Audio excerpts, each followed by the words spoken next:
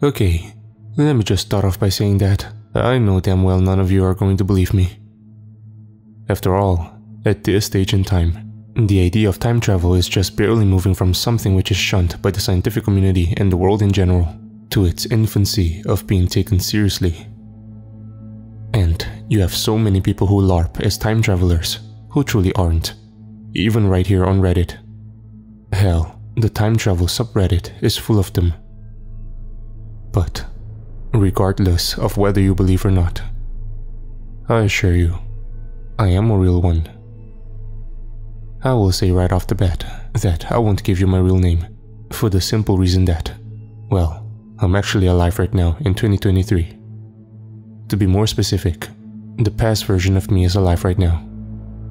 And I can't afford to let history change, for reasons I'll go into in a minute. I also won't get into too much information about the future in relation to things such as politics or such. So please, don't ask. But I suppose I should give a few rather vague details which may help convince you as time goes on that I am telling the truth. It may help convince the right people that my warning is real. For starters, less than 2 or 3 decades from now, not only have the cures for cancer and other major debilitating diseases been found, but they can be administered from a simple vaccine shot. In a way, the pandemic we went through helped accelerate their development. We also end up making death itself more of a choice than an inevitability. Life extension research being conducted right now leads to both the ability to live for centuries, if not longer, but also retain our youthful bodies for as long as you wish. Which means many of you listening to this might still be alive in my time.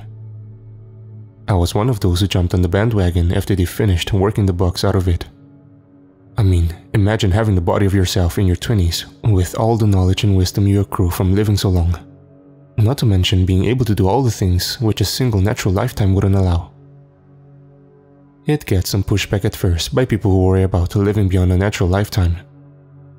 Gasoline is banned by the halfway point of this century. But synthetic fuel means people aren't forced into electric cars, which I was extremely happy about, because it meant I could keep driving my Cadillac DeVille around. Although many people got hooked on the flying car craze that happens towards the end of the 21st century. Not me though. I prefer staying on the ground. Trust me, mid-air accidents are not pretty. However, space travel took off after the Artemis missions put people back on the moon, a few years from now for you guys. And once the moon base and spaceport was constructed, well, it was off to the races from there. Vacations to planets like Mars, along with planetary moons such as Europa and Titan, became regular occurrences, even for those not so wealthy. And as for time travel, well, that took a little longer than anticipated to actually work on. And that's the reason why I'm recording this now. There were many discussions that happened as people began to take time travel more and more seriously, not only to the future, which could already be done with time dilation, but to the past. It almost became as much of a race for every country in the world as the space race in the 60s had been.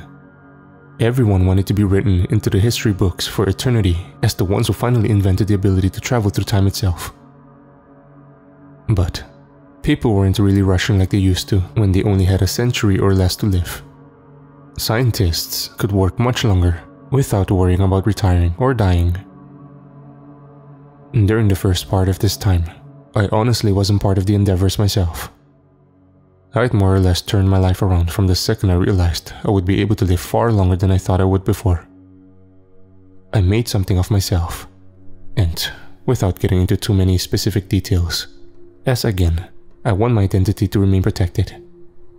I will say I became a best-selling author, an explorer who did everything from climbing Mount Everest on Earth and Olympus Mons on Mars, to using the vast wealth I made from writing and other business ventures to create underwater cities, similar in design to how Rapture from the BioShock video game looked.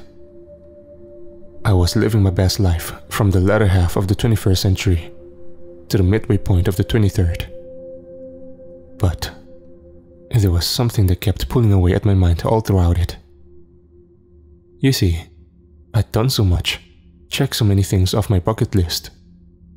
But there was one thing that hadn't happened yet. And if you guessed that it was I wanted to time travel, then congratulations, you've just won a trip for two to Europa.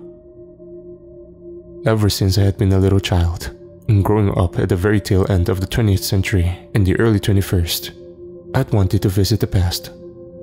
I wanted to do things such as attend the 9th annual Cannes Film Festival in 1956 to see Jacques Cousteau's The Silent World win the Golden Palm Award, see extinct animals such as the Barbary lion and the Tasmanian tiger, and travel across the oceans on the old ocean liners such as the Queen Mary and Queen Elizabeth.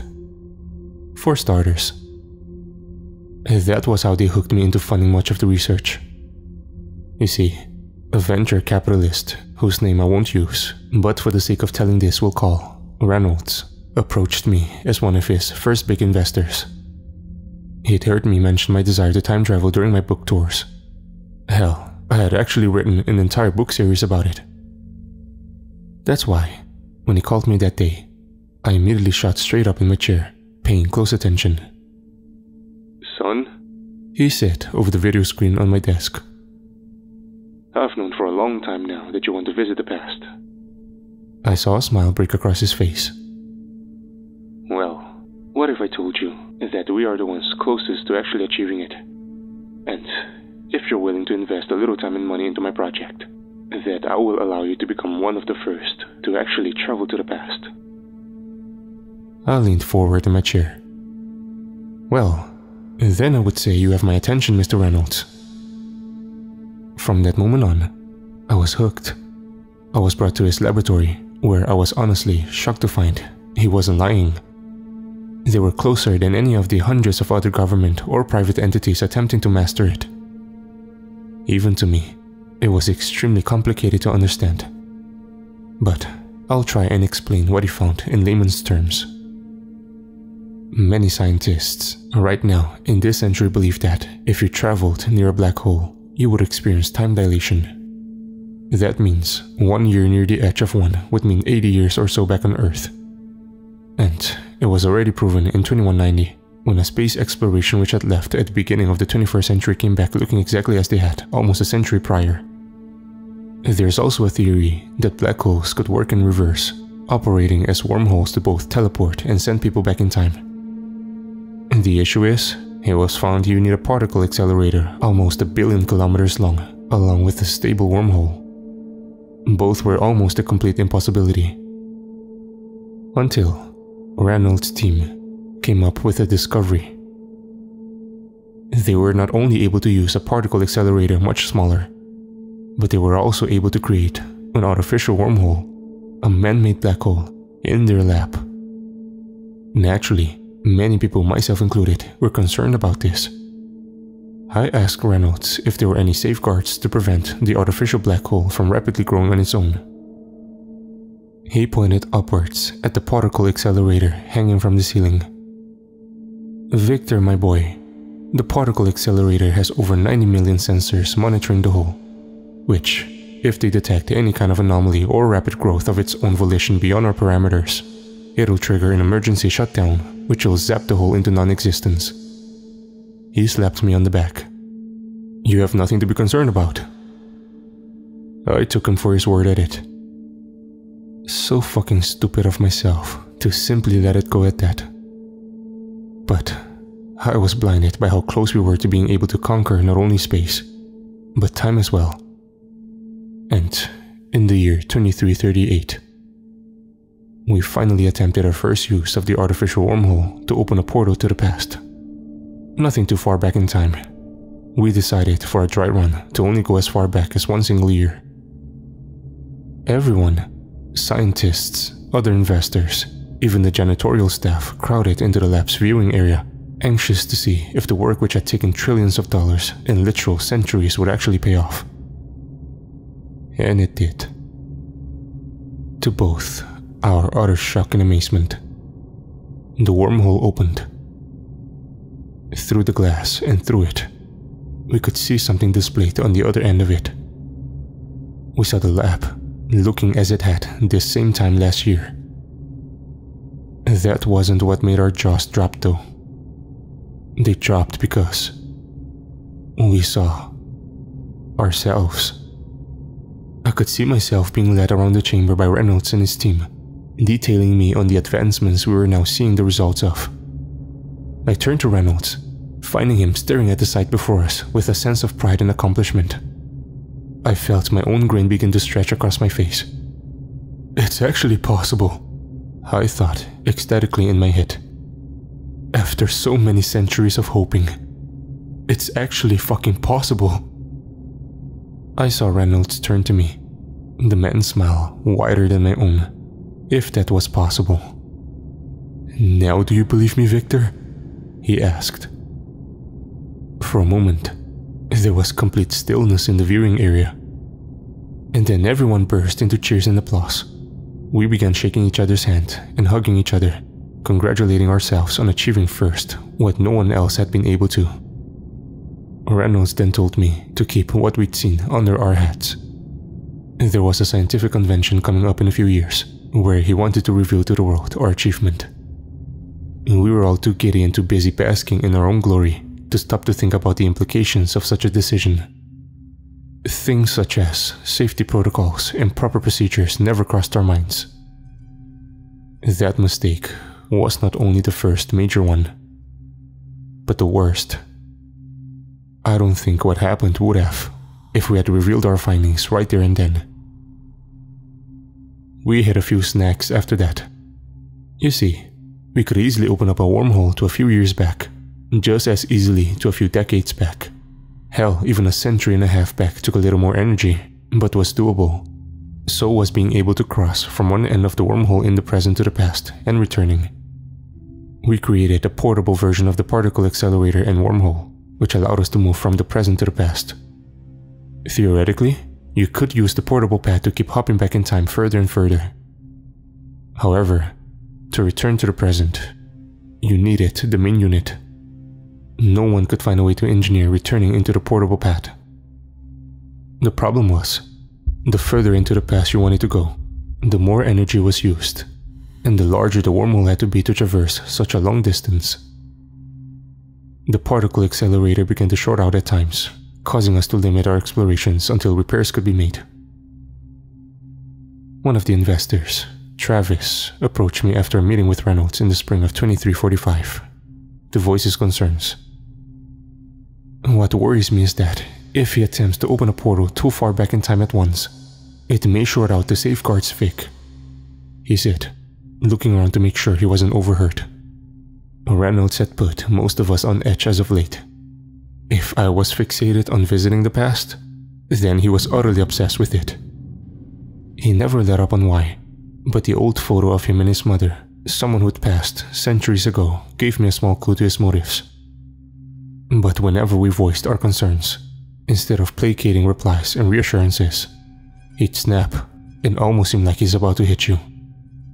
Honestly, I worry about it as well. But what can we do? I whispered back to him. Nobody besides us knows about how far along we are. And if we even try to mention anything to anyone outside of our group, God only knows what he'll do. Especially when the reveal is less than 2 months away. Travis took a deep breath.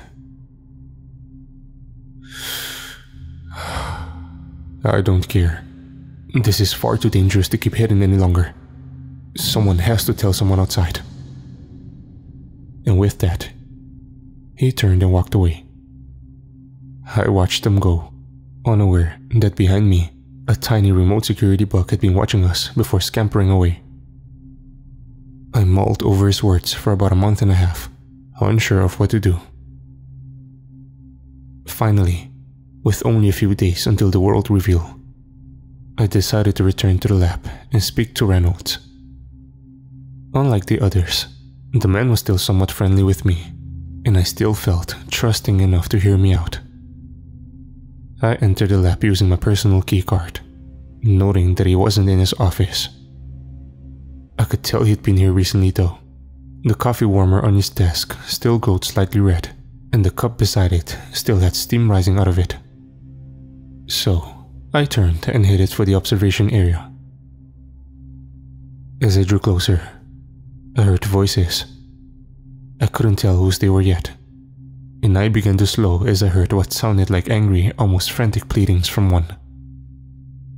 I froze, feeling a chill run up my spine. Did someone break into the lab?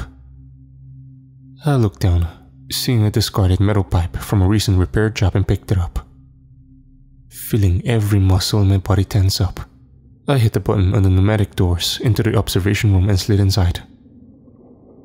Nobody was in here, but I could now tell the voices were coming from the main room itself. I crouch walked to the glass and slowly peeked over it.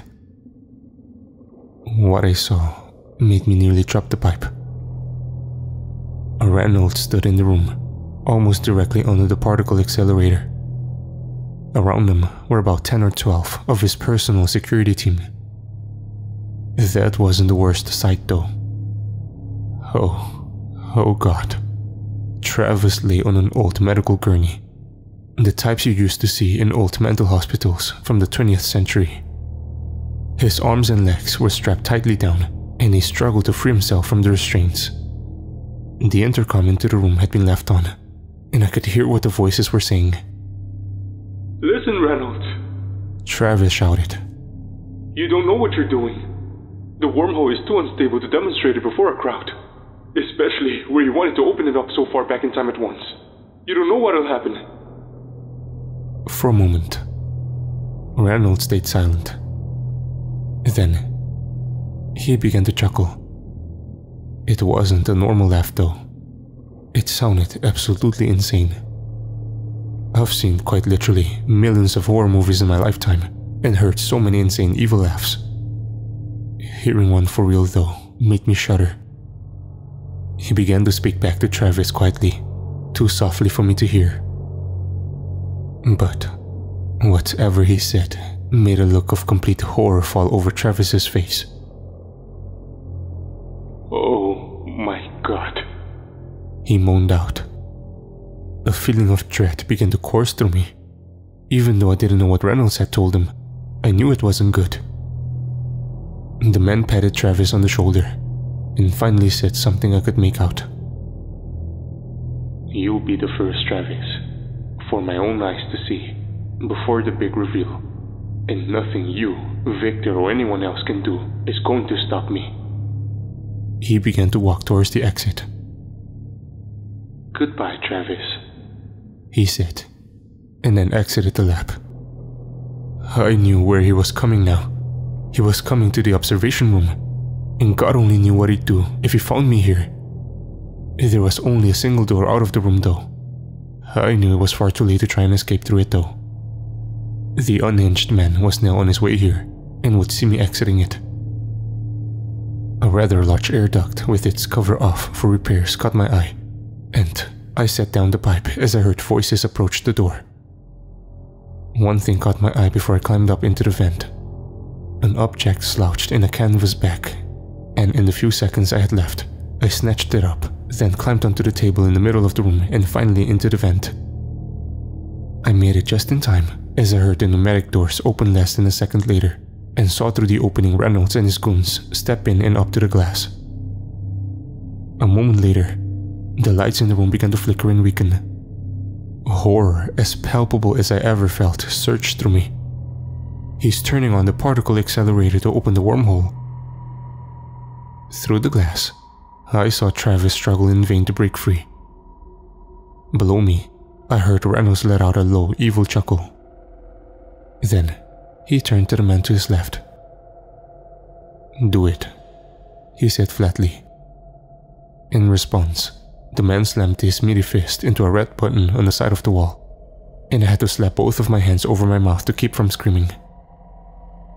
Have you ever heard of something called spaghettification? It's what scientists, both now in this time and in the future, call what happens when a black hole swallows an object in its path, whether it's a star, a planet, or in this case, a person.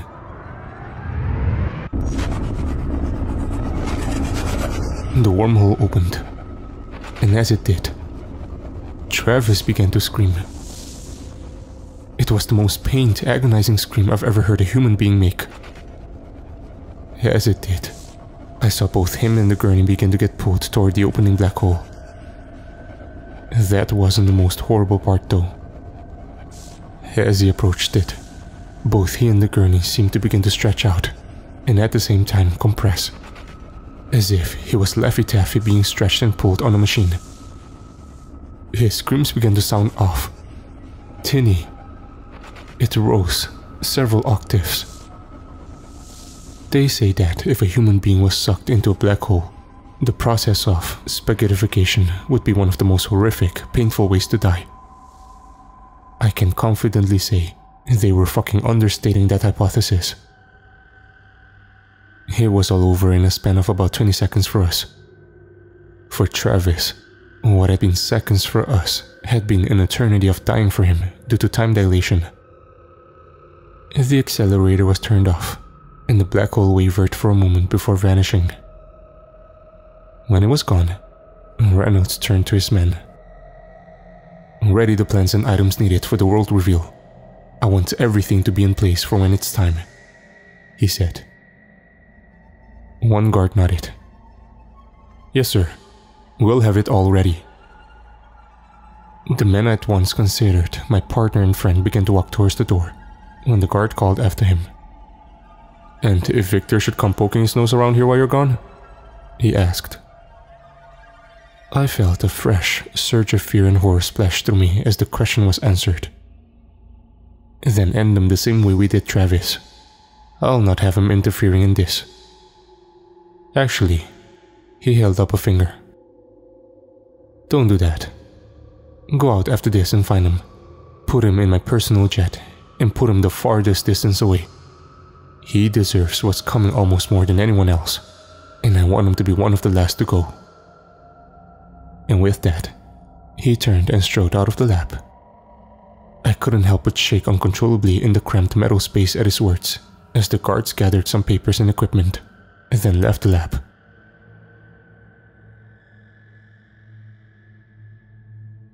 It took me a long time to climb down from that vent and sneak out of the lab. I was terrified that I'd be caught at any moment, but I managed to make it out unseen. I didn't go back to my home, any of the homes across the world actually. I knew there'd be men at all of them waiting for me. Instead, I did something I hadn't in centuries and returned to my poor and humble roots.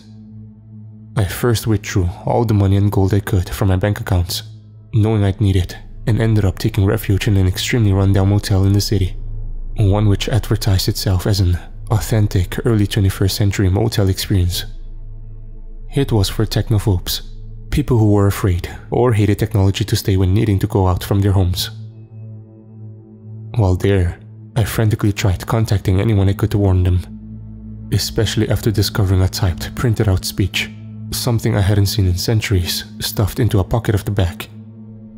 Most of it related to the revealed speech. But the last part was what caused me to try calling anyone in power in such a panic. Even now, the words of what turned into a twisted manifesto still fill me with such horror I can't describe. And now, ladies and gentlemen, I must end this presentation with a bit of an admission. This device can indeed open a wormhole through time. It can allow humanity to traverse time and space, allow us to move freely to the past and future at will. But that was only a side effect. It is not what I secretly designed this machine for in the first place. You see, humanity to me, as it is now, is abhorrent. It's disgusting, an aberration. It has been ever since I was a child and had my mother and father educate me on how evil a species we were, to the environment, to each other, and to the universe as a whole. They both became anti-natalists in their old age and passed those views on to me. At first, I didn't understand why they and those like them wanted not just humans, but all sapient, sentient life to cease to exist. But as the centuries have gone on, I've come to understand their views. Humans were never meant to live this long, Many of us, both here in the audience and watching at home, were never meant to live as long as we have. We all should have done the right thing and died a long time ago. It's disgusting to let ourselves live on. Every year I kept living was one I hated. But I know I'll never get the majority of others to agree with my views. Our views. The anti-natalists. And so, in secret, I have worked with Tim for centuries on a final plan. To make the choice for you. For all of us. None of you deserve to keep living beyond today. None of us either. All sapient sentient life in the universe needs to do the right thing and cease to exist. And none of you deserves to be able to travel through time. This is the moment for humanity, for everything to end. And it's too late to escape. May the universe be bettered by the erasure of all life. Goodbye. And now, I should probably explain why I'm telling you all of this. How I managed to travel back here. Why I'm revealing all of these things.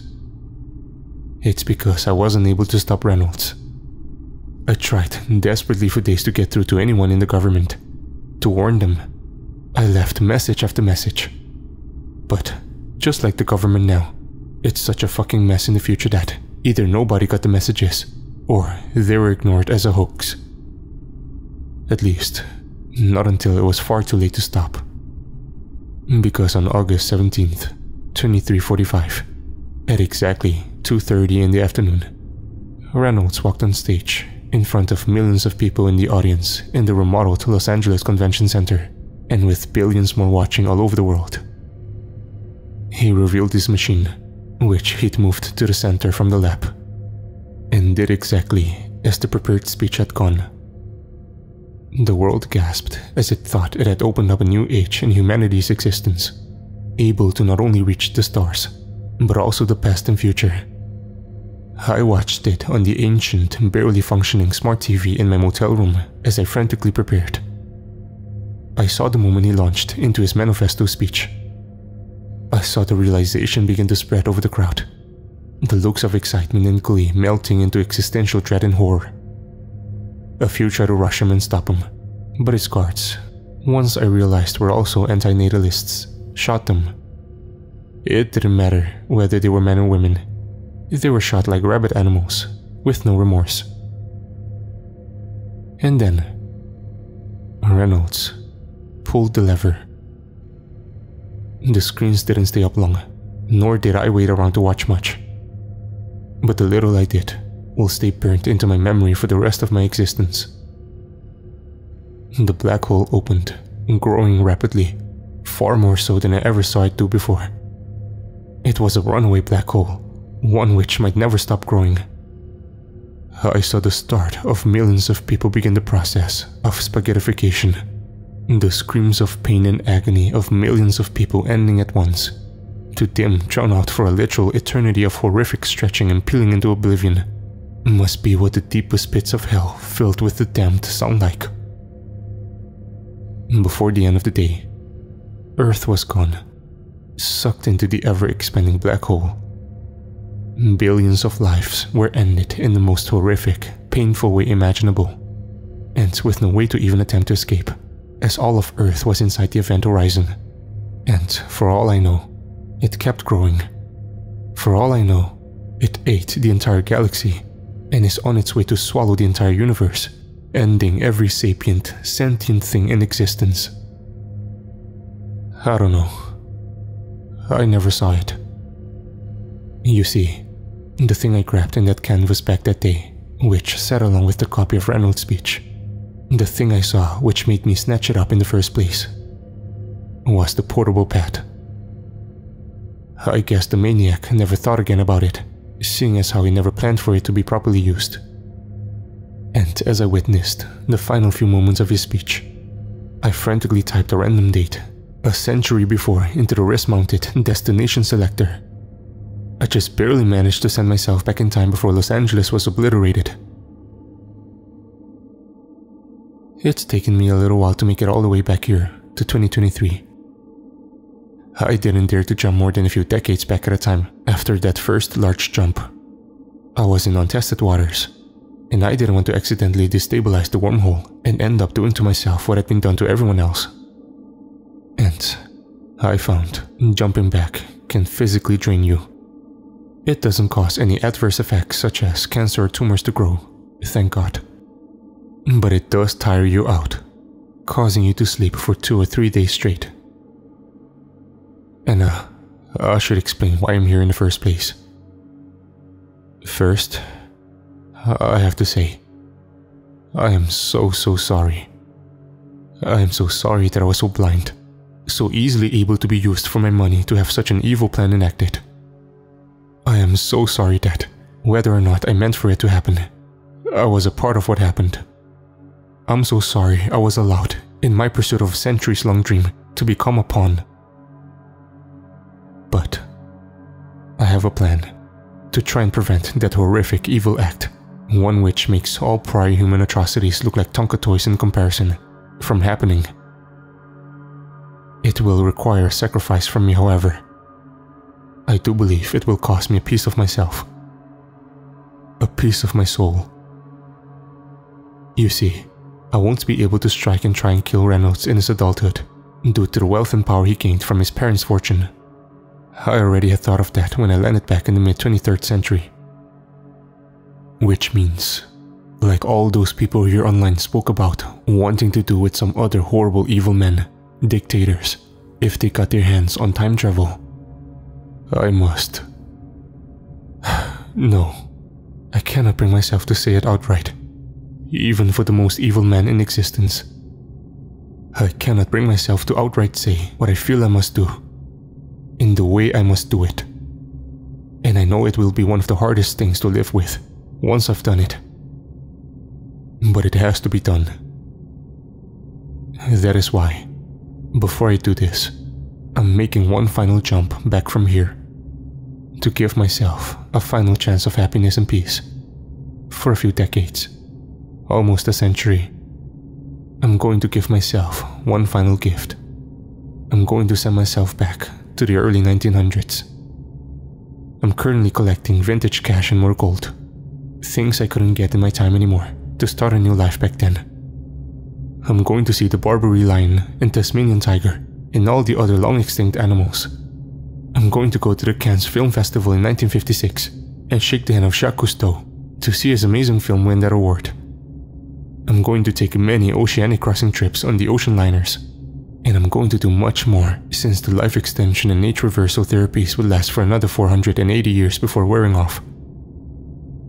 And all the while, I'll be preparing myself, mentally, emotionally, and physically, for the horrific act which I must do, to help keep humanity, to keep everything from ending, so all of you, along with your children, grandchildren and so on, can live long, happy lives for as long as you want.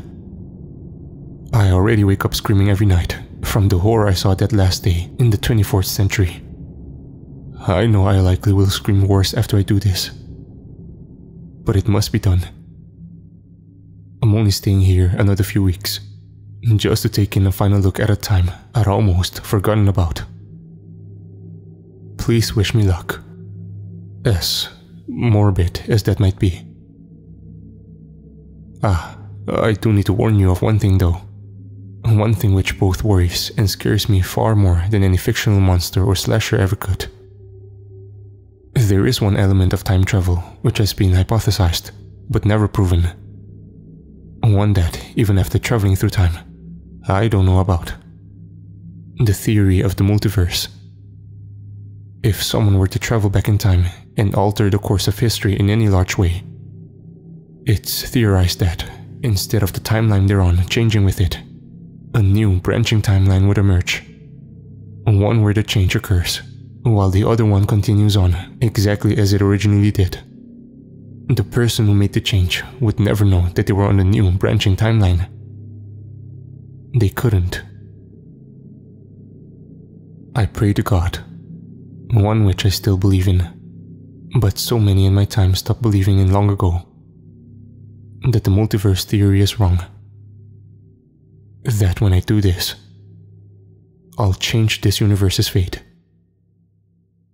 This timeline. But if it's right, I'm so sorry for what is to come.